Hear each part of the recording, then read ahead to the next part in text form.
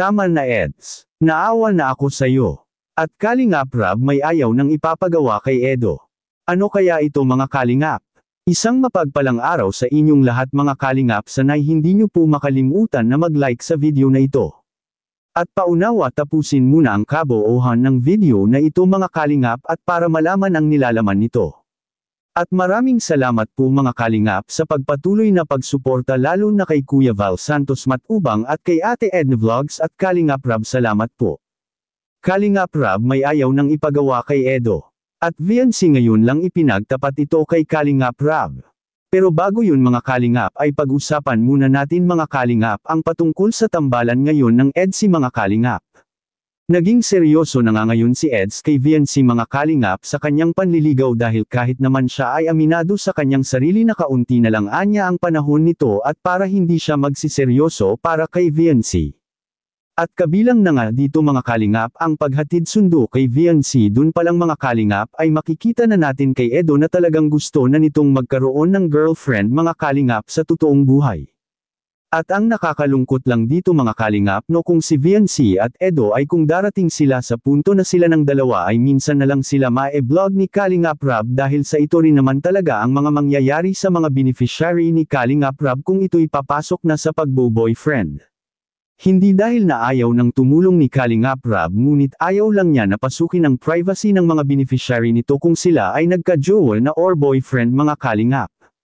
Bilang pagrespeto na rin ito ni Kalingap Rab sa kina VNC at Edo kung sila man talaga ay magkaroon ng relasyon mga Kalingap. At bagay na hindi malabong mangyayari lalo pa at seryoso na si Ed sa lahat ng ginagawa ngayon para kay VNC mga Kalingap. Hindi rin natin masisi si Eds kung kailangan nitong gagawin ang lahat at nagmadali man ito para sa kanila ni VNC dahil natatakot rin si Edo mga Kalingap na baka darating rin sa punto na hindi rin siya sagutin ni VNC pagdating ng tamang panahon. Hindi sa pagmamadali po ang ginagawa ni Eds kay VNC kundi ang masigurado lang nito na hindi siya iiwan ni VNC mga Kalingap. Marami na kasi ang nangyari kay Edo na iniwan siya sa dulo. Kailangan rin kasi ni Edo ngayon ng girlfriend at matagal na panahon na rin si Edo mga Kalingap na hindi pa nagka-girlfriend. May mga nakapagsabi sa mga minamahal nating taga-subaybay na si VNC at Edo kung sila man talaga ang magkataon na magkatotohanan ay kaya naman anya suportahan ni Ed si VNC kung sakaling hindi na ito mablog ni Kalingap Rab. Which is tama naman mga Kalingap at kahit si Edo ay mayroon rin itong mga beneficiary na kanyang pinapaaral ngayon mga Kalingap. Malaking tulong rin kasi ang tambalan at paggawa ng mga serye ni Kalingap Rab sa kanyang mga beneficiary dahil nagbibigay si Kalingap Rab sa kanila ng pang-allowance pagkatapos nitong ma-shoot ang serye. At malaking tulong po ito para sa kanila mga Kalingap pang dagdag gastos at gagamitin nila sa kanilang pag-aaral. At samantala malapit-lapit na nga ang pabahay ni VNC mga Kalingap at ayaw ni Kalingap Rab na madaliin ito dahil gusto niya ay maganda pagkagawa at pulido.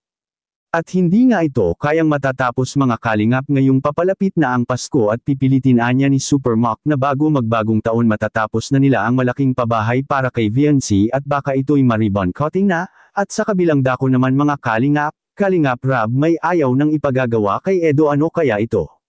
Yan ang ating makikita sa video. On charity, di ba? And sa second channel natin, si Eds din nag-vlog din siya. Actually, dapat nga si Eds hindi na siya mag-K-Boys on Mission.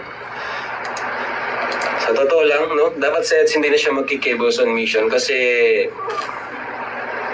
unang-una, ano na siya eh. Nasa serye na siya eh, di ba? Nasa EDC na siya. So, pwede nating anuhin yun.